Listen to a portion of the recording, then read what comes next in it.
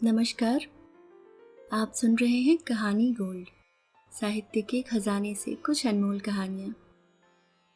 कहानी सुनाने से पहले दोस्तों एक अनुरोध है, सब्सक्राइब करें कहानी गोल्ड प्रो को और कहानियों के लिए। लिंक नीचे डिस्क्रिप्शन बॉक्स में है। तो आइए सुनते हैं मालती जोशी जी की लिखी कहानी प्रश्नों के भंवर।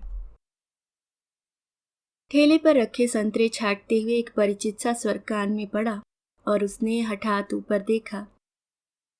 हाँ, सुनील ही तो था वहां, पर कितना बदला हुआ, निस्तेज, अशक्त, झुका हुआ, जैसे 6 महीने बाद आज ही खटिया से उठा हो। हेलो, उसने धीरे से कहा, पर उसने शायद सुना नहीं। शायद इस हेलो संस्कृति का अब तक कस्बे में प्रवेश नहीं हुआ था, इसलिए तो वह मोलभाव ही करता रह गया और वह प्रतीक्षा में खड़ी रही। पतलून की जेब से मुड़े तुड़े नोट निकालकर जब वह चलने को हुआ तो ठेले वाले को ही दया आ गई। खुले हुए पैसे लौटाते हुए उसने कहा, भाई साहब, मैडम शायद कुछ कह रही हैं। अब उसने आंख उठाकर देखा और इस बार चौंकने की बारी उसकी थी। अपनी सदाबहार मुस्कान लिए सामने अंजू खड़ी थी। ऐश्वर्य से दमकता व्यक्तित्व, तृप्ति से चमकता चेहरा, लगता था जैसे उम्र के ये 10-12 वर्ष उसे अनछुए ही निकल गए हैं। अरे, उसने मरी सी आवाज में आश्चर्य व्यक्त किया। कहाँ हो आजकल? बम्बई। यहाँ कैसे? बड़े भैया अपनी बिटिया की शादी कर रहे हैं। माँ की बड़ी इच्छा थी कि इस पीढ़ी की पहली शादी पुरखों के घर से हो, इसलिए यहाँ आ गए हैं। बड़े भैया वैसे तो दिल्ली में हैं। हाँ। कुछ देर तक चुप्पी रही, फिर बड़ी मुश्किल से कह पाया सुनील, अभी तो रहोगी ना? हाँ, शादी तक तो रहना है ही। फिर एक लंबा मौन। अंजू को प्रतीक्षा थी एक औपचारिक से निमंत्रण की, पर सुनील शायद उतनी भी हिम्मत नहीं जुटा पाया। और तभी बड़े भैया सब्जी का बड़ा सा झोला उठाए आ गए। अरे भाई, तुम्हारी शॉपिंग हुई कि नहीं अभी? उन्होंने सुनील को एकदम अनदेखा करके कहा। वह तो कब की हो चुकी, हम तो आपकी प्रतीक्षा कर रहे थे। भैया, इन्हें पहचाना? ये सुनील हैं। सुनील ने नमस्ते की। बड़े भैया ने उत्तर में गर्दन को हल्का सा झटका भर दिया और अंजू को लेकर कार की तरफ बढ़ गए। अंजू का बड़ा मन था कि झूठ मूठ ही सही भैया सुनील को शादी में आने को कह दें, पर उन्होंने तो बात तक नहीं की। ठीक ही तो था, भैया को भला सुनील में क्या दिलचस्पी होती, और क्यों होती?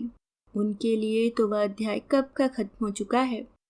उस समय अपने बीमार पिता का मन रखने के लिए वे सुनील की चौखट तक गए थे और अपमानित होकर लौटे थे। जाति की अभेद दीवार उन लोगों के बीच खड़ी थी। केवल जाति की आड़ लेकर ही सुनील के पिता रिश्ता नकार देते तो उसे नियति मानकर सह भी लेते, पर उन्होंने जो बात कही वह तो आज भी फांस की तरह सालती है। उन्होंने कहा था, तुम लोग उतरुआ हो तो कोई बात नहीं, हम मन पर पत्थर रख लेंगे, पर ऐसी पटाखा लड़की हमारे घर में खपेगी नहीं। भैया एकदम आग बबूला हो गए थे।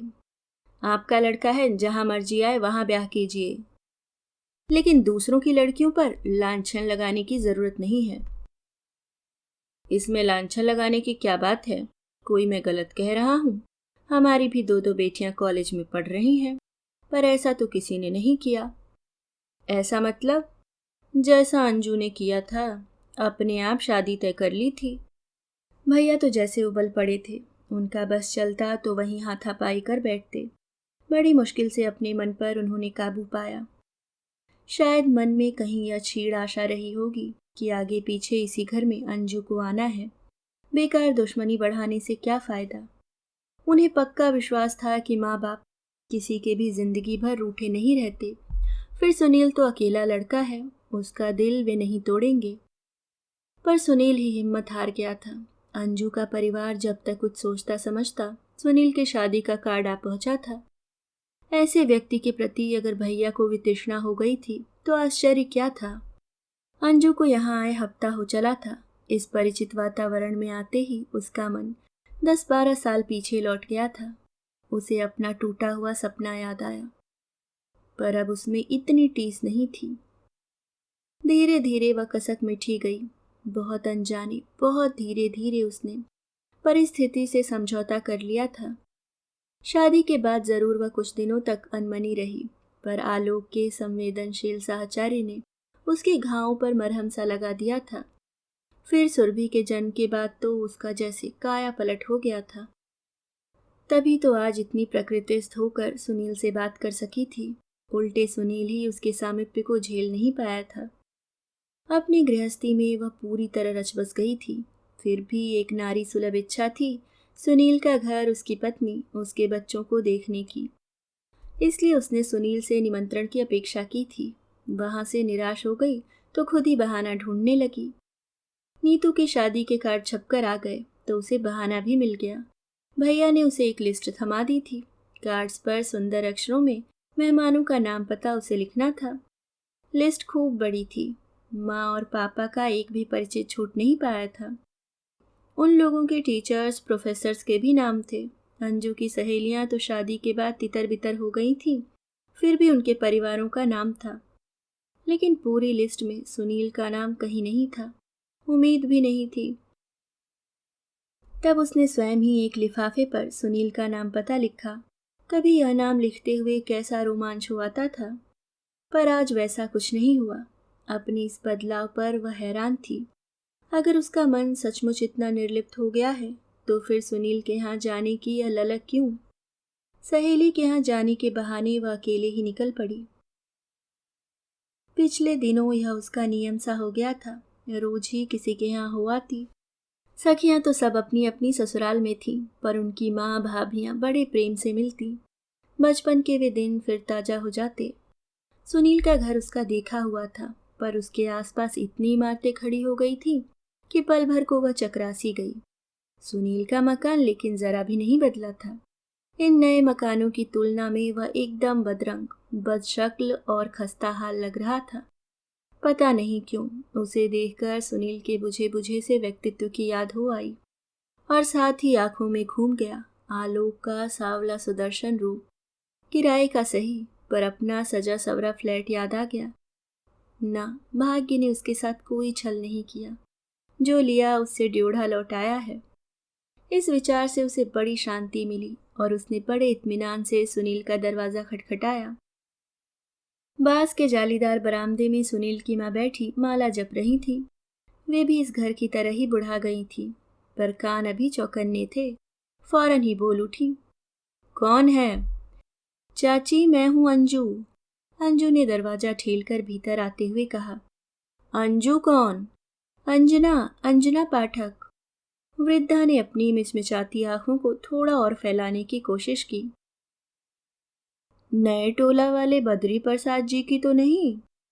जी वही, अंजू ने राहत की सांस लेते हुए कहा। उसे तो डर हो गया था कि परिचय का यह दौर काफी लंबा चलेगा। उस झिलंगा सी खटिया पर जगह बनाते हुए सुनील की मां ने गदगद स्वर में कहा, आओ बिन्नो, बहुत दिनन में आई। खटिया की पार्टी पर बैठते हुए अंजू ने अपने आने का मंतव्य बताया और पूछा, सुनील कब तक लौटते हैं? अरे उको कौन ठिकानो है। कबहू कबहू तो रात के 900 बज जात। तो मैं चलूंगी, आप ये कार्ड दे दीजिएगा। अरे वाह, ऐसे कैसे?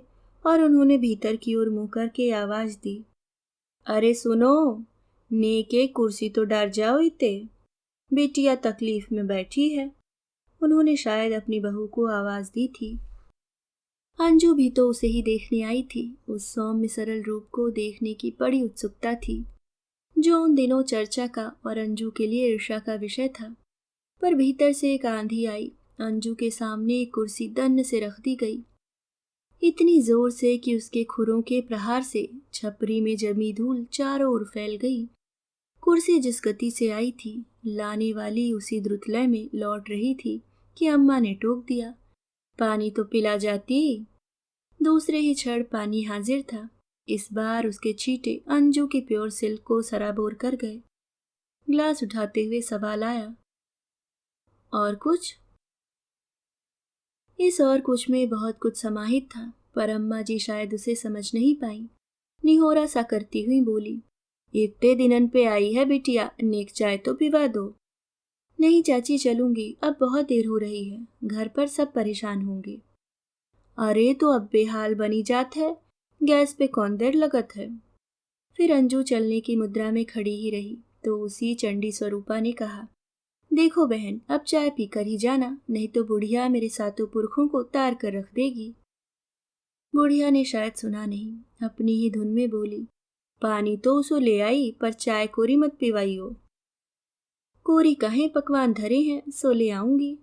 और सुनील की बहू झमाझम करती भीतर चली गई। उसके जाने के बाद छपरी में ऐसा सन्नाटा खिंच गया जैसे तूफान आकर चला गया हो। वह किन कर्तव्य विमूढ़ सी खड़ी थी कि सुनील की मां ने हाथ पकड़कर बिठा लिया। बहू के लक्षण देखे? वे भेद भरे स्वर में बोली, तबई तो मुन्ना सारा सारा दिन बाहर रहत है, बस खावे और सोवे भर को घर में पाँव देत है। मोए तो उसे देख देख रुलाई छूटत है। और सचमुच ही वे आंखें पोंछने लगी। अंजू को समझ में नहीं आया कि उन्हें क्या कहकर सांत्वना दे। वह चुपचाप उन्हें रोते हुए देखती रही। इस बीच चाय आ गई। चाय के साथ बकायदा बिस्कुट थे, आलू के चिप्स और चावल के सेव भी थे। ट्रे नीचे रखने भर की देर थी कि अम्मा ने अपना रोना मुलतवी कर एक बिस्कुट लपक लिया। सुनील की बहू ने उन्हें इस हिकारत से देखा कि अंजू भीतर तक कांप गई। जीभ तो अपनी लपलपाती है, पर नाम मेहमानों का करेंगी। बहू रानी जाते जाते सास की प्रशस्ति में कहती गई। अम्मा ने पता नहीं सुना भी कि नहीं। वे चुपचाप चावल के सेवों को अपने पोपले मुंह में चुभलाती रहीं। उन्हें यह भी भान न रहा कि जिसके लिए यह सारा तामझाम किया गया है उसने प्लेटों को हाथ भी नहीं लगाया, बस कोरी चाय ही गटकती रही। थोड़ी देर बाद सुनील की माँ को जैसे अपना दुख फिर याद आ गया। वो सांस भरकर बोली, हमरी तो मती मारी गई थी बिन्नो, न तुम जैसी लक्ष्मी को लौटाते न जे कर कसाई घर में आती। अंजू ने चोर नजरों से अपने चारों ओर देखा। दूर दूर तक कोई नहीं था जिसने सुनील की माँ की यह स्वीकारोक्ति सुनी हो, पर उसे खुद ही यह सुनते अच्छा नहीं लगा। वह उठ खड़ी हुई, पर इस तरह चोरों की तरह चले जाना ठीक नहीं है। गृह स्वामी से इजाजत तो लेनी ही चाहिए। अम्मा परितृप्त भाव से नाश्ते पर जुटी थी। अंजू ने दोनों कप प्लेटें उठाए और सीधे भीतर चली आईं। जाना पहचाना घर था, कोई परेशानी नहीं हुई। रसोई वही थी, पहले की तरह ही काली पुती दीवारें थीं। गैस के आ जाने से उनकी रंगत में कोई फर्क नहीं आया था। सुनील की बहू गैस पर कुछ छौंक रही थी। ये कहाँ रखने हैं? अंजू ने पूछा तो एकदम चौंक पड़ी। अरे, आपने क्यों तकलीफ की? इस बार उसका स्वर अपेक्षाकृत सौम्य था। कोई बात नहीं, आपके पास तो बैठ ही नहीं पाई थी ना, इसलिए भीतर चली आई। अरे फुर्सत ही कहाँ है, अभी दोनों यमदूत स्कूल से आते होंगे, खाना न मिला तो मुझे ही खा जाएंगे। ये दो लड़के ही हैं कि? अंजू ने उत्सुकता से पूछा। अरे और का क्या होगा, यही दोनों तो मेरी जान खाने को बहुत हैं। आपके कई बच्चे हैं? बस एक बिटिया है। बेटी अच्छी होती हैं, साए की तरह माँ के आसपास घूमती हैं, उसका सुख दुख समझती हैं। लड़के तो बस खाने पीने से मतलब रखते हैं। उस नीम अंधेरी रसोई में सुनील की बहू का चेहरा बड़ा सौम्य और व्यथा में भीगा सा लग रहा था। अंजू को यूं एकटक निहारते देख उसे संकोच हुआ। अपनी परेशानी छिपाते हुए बोली, वैसे एक लड़का होना चाहिए, ऑपरेशन तो नहीं करवाया ना? अरे लड़के का क्या होगा, अंजू ने हंसकर कहा। अपने पास कौन सी स्टेट है जो वारिस चाहिए, बस एक किराए का दड़बा है। यहाँ अपना है तो किस दड़बे से कम है, सारा तो किराए पर उठा दिया है, बस ले देकर यही 3 कमरे हैं। कहीं बैठो, बुढ़िया के ठुल्ल ठुल्ल से छुटकारा नहीं है। दिन भर छाती पर चढ़ी रहती है। खुद तो तिनका नहीं उठाएगी, पर मजाल है जो मर्जी के बगैर पत्ता भी हिलने दे। कहने को तो सारा दिन राम नाम जपती रहती है, पर मन तो मरा माया में लिपटा पड़ा है। यह सास पुराण पता नहीं कब तक चलता। अंजू ने ही उसे बीच में रोककर कहा, भतीजी की शादी का कार्ड देने आई थी, आप लोग जरूर आइएगा। लिवा लाएंगे तो आ जाएंगे। मतलब?